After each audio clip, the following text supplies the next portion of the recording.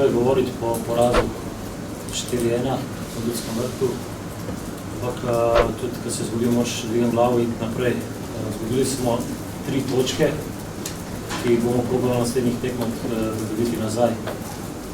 V tekmo smo šli dobro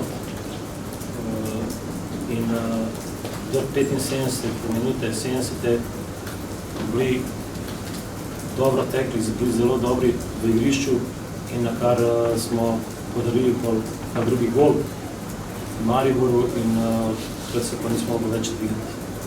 Ja, nekako smo držali niti igre v svojih nogah 75 minut, potem smo nekako nesrečno prejeli drugi zadetek in tekma je bila potem nekako odločena.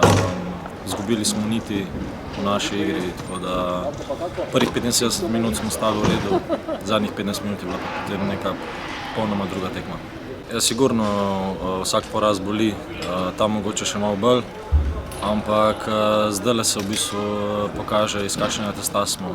Če smo pravi, nas bo ta poraz samo še ojačal in mislim, da je še nekaj tekem do konca, tako da se lahko še obrnemo v bistvu sebi v prid s tem porazom in se česa novega naučimo.